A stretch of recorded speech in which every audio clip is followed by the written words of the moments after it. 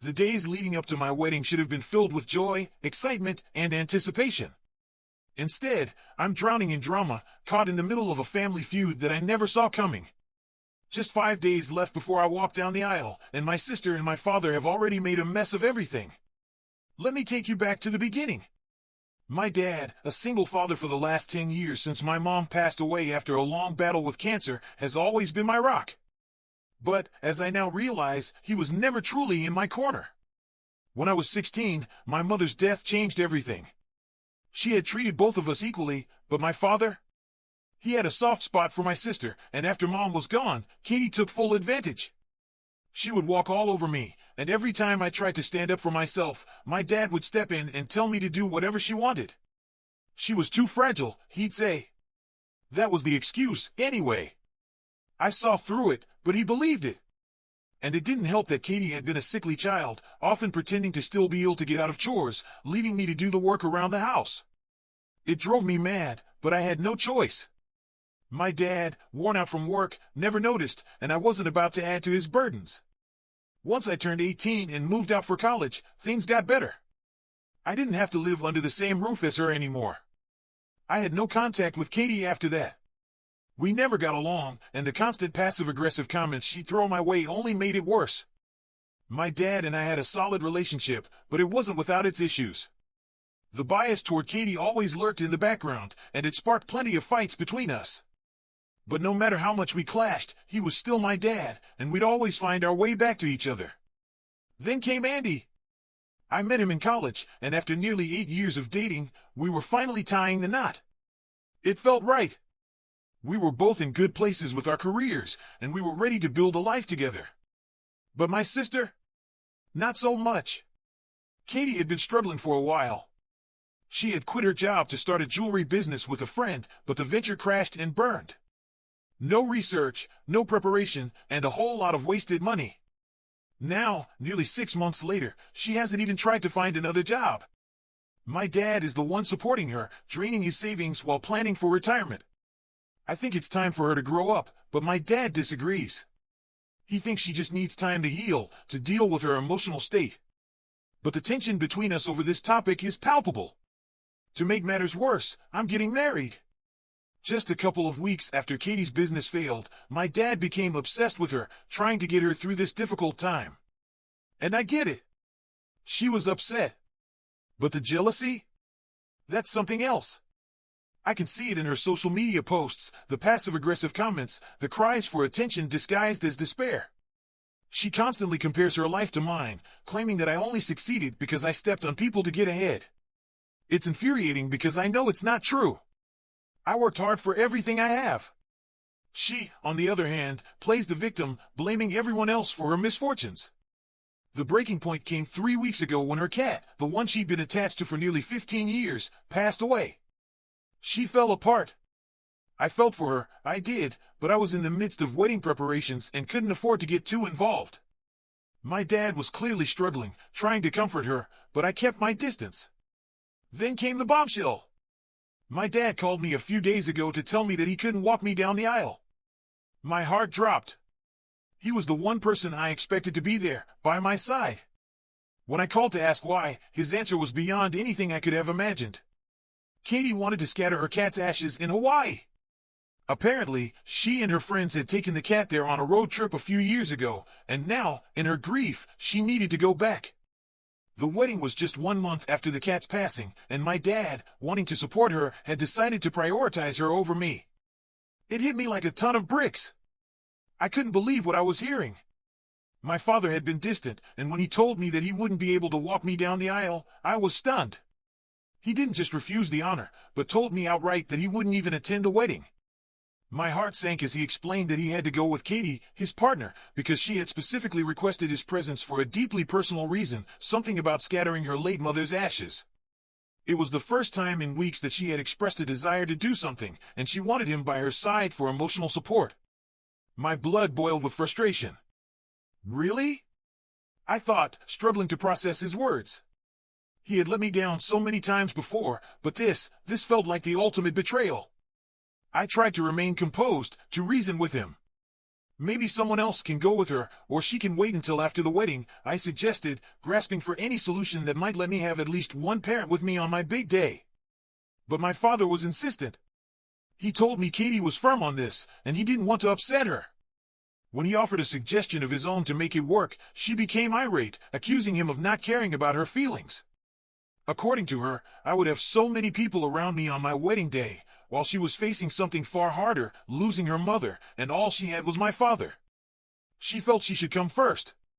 When my dad echoed those thoughts, saying he believed Katie needed him more, something inside me snapped.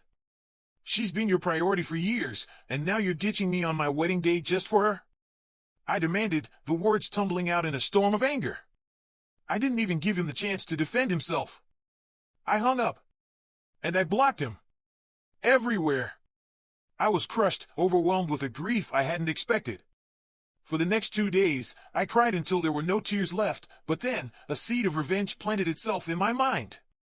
If she was going to play mind games with me, I could do the same. I decided to get back at my father in the only way that felt right, by doing something I knew would hurt him. I reached out to my uncle. My dad's twin brother, a man he loathed with every fiber of his being. The tension between them was legendary. Growing up, I'd watched their bitter rivalry unfold time and time again at family gatherings, each trying to outdo the other, each fueled by the kind of jealousy that only brothers could harbor. Their relationship had always been toxic, and after my mom passed away, my dad refused to go anywhere he knew my uncle would be. I had no particular bond with my uncle, but I could understand the kind of sibling resentment he must have felt. Yet, I didn't care about any of that right now. This wasn't about healing old wounds. It was about making my dad feel the sting of his own decisions. I asked my uncle if he'd walk me down the aisle. He was surprised, to say the least. I didn't think we were close enough for that, he said.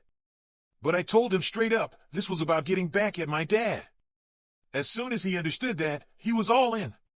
In fact, he started laughing, finding the whole idea wildly entertaining. And I couldn't help but laugh too. We agreed that I'd make a public post about it.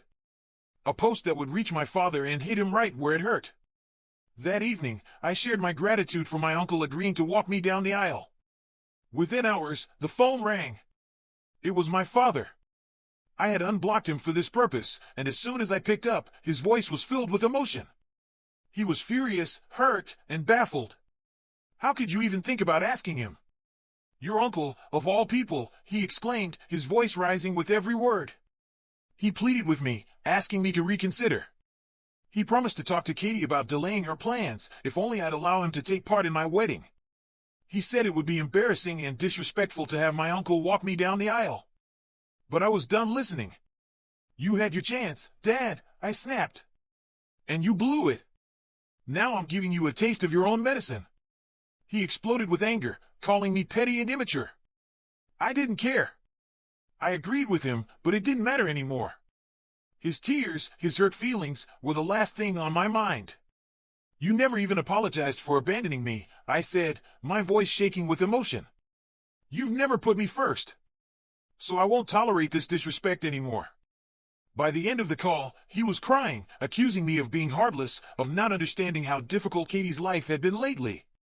She's lost everything, and you can't even let her have me for one day, he said. His words hit me hard. For a moment, I felt guilty. Was I being too harsh? Was I really being the villain in this situation? But in the end, I realized that this was my wedding, my day. I had worried for so long about what my dad would think, about what everyone would think, but it was a waste of time. He hadn't cared about my feelings when it mattered, and now it was too late for apologies. I'd had enough. The next morning, I made a decision. I called my uncle again, telling him that, given the circumstances, I would walk down the aisle alone. The dramatic effect had been achieved, now I just wanted peace. He was understanding, even relieved, and said he was fine with stepping back to just be a guest. And then I left a message for my father, carefully crafted so as not to start another confrontation. I told him that he was welcome to come to the wedding, but he didn't need to walk me down the aisle. If he chose to stay with Katie, I would respect that. But if he did, I had no choice but to cut him out of my life. And so, just like that, everything seemed to shift. My wedding, my choice, my future, no more second guessing. I felt a sense of relief, but the finality of it all left me wondering if I had made the right decision.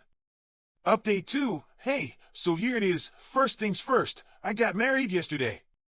Yes, you read that right. I'm actually married now, with a shiny wedding band on my finger to match my engagement ring. It's real. And I'm still processing it all.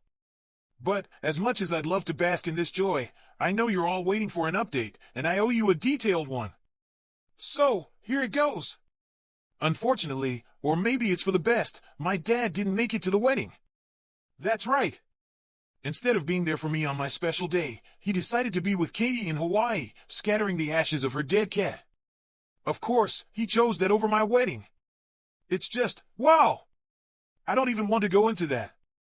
I know some of you have blasted me for not taking my sister's depression seriously, but let's get this straight. I do feel bad for her.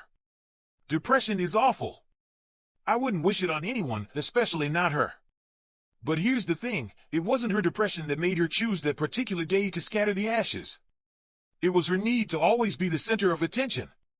She could have waited a couple of days. She could have done it earlier. But no, she had to make sure it was on my wedding day. Is it a coincidence? Absolutely not. She has always found ways to undermine me. So, as much as everyone wants to blame depression, I refuse to buy it. It wasn't just a moment of emotional turmoil, it was about her need to one-up me. Always. And my dad, well, that's a whole different story. I don't even know what to say anymore.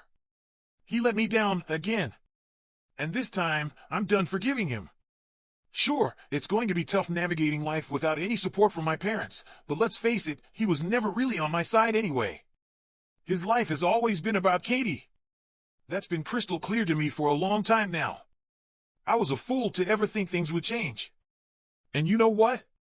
He was so clever about it. He didn't even tell me he wasn't coming until after the ceremony. So, there I was, walking down the aisle, still unsure whether he would show up. But no, after everything was over, I received his text. He was in Hawaii with Katie, attending the scattering of the ashes because she needed him more than I did. He was sorry, but he hoped I would understand. I could have been moved by that message, but then he had the nerve to say that my petty behavior with my uncle had really put him off, and that it was probably best for us to stay apart for a while. Now, that stung. I won't deny it was petty. But honestly, what was I supposed to do? After everything he's put me through, all I wanted was for him to show he actually cared. And clearly, he didn't. I was so angry I couldn't even stomach the message, so I blocked him and just moved on with my day. I had a wedding to enjoy. And honestly, him telling me after the fact that he wasn't coming was just pointless. People asked about why my dad and sister were absent, and I didn't sugarcoat anything. I told them the truth. It felt like the only thing I could do. The truth reflects badly on them, not me. Most people were speechless. Others found it sadly hilarious. But I don't regret it. The entire family now knows exactly what happened, that my father chose to be with Katie in Hawaii instead of being there for his own daughter on her wedding day. Not even one day. That's his biggest failure as a father. But you know what? Despite everything, I still had an incredible time. My wedding was the best day of my life, hands down. And now, I get to spend my life with the man I love. And honestly, he's going to be my family from now on. Update 3, hey, it's been a week since the wedding, and it still feels surreal to say that. Andy and I are supposed to leave for our honeymoon in just a few days, but of course, my dad and Katie couldn't let me have my happiness for long. They've decided now is the perfect time to confront me about what I said to people at the wedding. They just couldn't stand to see me living my best life. 3 days ago, I received a text from Katie. I hadn't blocked her, I'd only blocked my father, but after reading her message, I started to question why I hadn't blocked her as well. Honestly, her words were so grating that I almost did it right then and there. It was like she felt she had the higher moral ground, and that just set me off. The only reason I haven't blocked her yet is a strange one, but it's the truth. I want to be informed if something happens to my father. No matter how much we disagree, I know Katie will let me know if there's an emergency, a tragedy, or anything important like that. That's the only reason I haven't cut her off entirely. I know what people would probably advise me to do, go no contact, sever ties for good, but that's not something I can just do. Yes, my dad has failed me in countless ways, but does that mean I should turn my back on him completely? Does it mean I should stop being his daughter just because he hasn't been the father I needed? Maybe it doesn't make sense to others, but these are my morals, and I'm sticking to them. So, I'd appreciate it if people didn't pass judgment on this decision. And then came Katie's text. It wasn't unexpected. It was full of everything I expected from her. She started by saying, "Hey, we just came back from Hawaii, and we've already been contacted by many of our relatives." She wasn't talking about the vacation itself, of course, no, she was talking about the day of my wedding. She continued, "They think we were wrong for choosing your wedding day to scatter my cat's ashes." Of course, she wasn't surprised that I told everyone the truth. Of course, she would say I was portraying them badly. That was always going to be her response. But what really set me off was the rest. She tried to guilt trip me, saying, "I'm really disappointed that you're still on me, even though you know I'm going through a difficult time in my life." And then came the part about how I should have been more compassionate toward her. Was she serious? Did she honestly think I should prioritize her grief over my own wedding? The audacity! She didn't stop there. She told me my dad had noticed I'd blocked him and that he was upset about it. As if I was supposed to feel guilty about that. She insisted I undo it, demanding that I be more thoughtful toward us. And then, the cherry on top, you can't go through life thinking about nobody but yourself and expect people to be okay with that. What was this? A lecture? Was she for real? Of course, she wrapped it up with a taunt. "If you're still choosing to hate on me at this time, there's very little that I can expect from you." I was furious. Her tone, the content, it was all just too much to bear. I wanted to curse her out, but instead, I decided to take a breath and craft a reply. So, I did. I typed out my response carefully, trying to get everything off my chest without letting anger rule my words. "Hey, Katie," I began. "Yes, I did tell our relatives the real reason you and Dad weren't at my wedding. I'm not a liar, and honestly, you put yourself in that position by choosing not to show up. I don't feel like I should cover for you, especially after everything that's happened. You and Dad could have thought about me just for one day, just one, on my wedding day. But you didn't, so I don't owe either of you an apology. As for Dad being upset about the fact that I blocked him, well, he should have thought about that before." I paused, taking a deep breath. "I've made my decision. I don't want any contact with either of you. I would appreciate it if you didn't reach out unless there's an emergency. If it's not urgent, then please don't contact me. I don't want to speak to you or Dad. Both of you have hurt me deeply, and I agree with what Dad said. It's probably for the best that we spend some time apart. I'm married now. My husband is my family. And from now on, that's all I care about. I wish you both the best. Goodbye." After reading it over, I showed it to Andy. He supported me, as always. Then, I sent it. Just minutes later, I got her response. "I will respect your wishes," she said. But then, she added the kicker, "Dad is still upset about your decision not to speak to him." Of course, she had to throw that in there, but honestly, I didn't care anymore. They had made their choices. I had made mine. Katie, I knew, was probably relieved she wouldn't have to speak to me anymore, and as for my dad, well, that was his problem, not mine. Now, all that was left was to focus on my honeymoon. After everything that had happened, I deserved this. I had been planning this getaway for so long, and nothing, not even them, could take away my joy.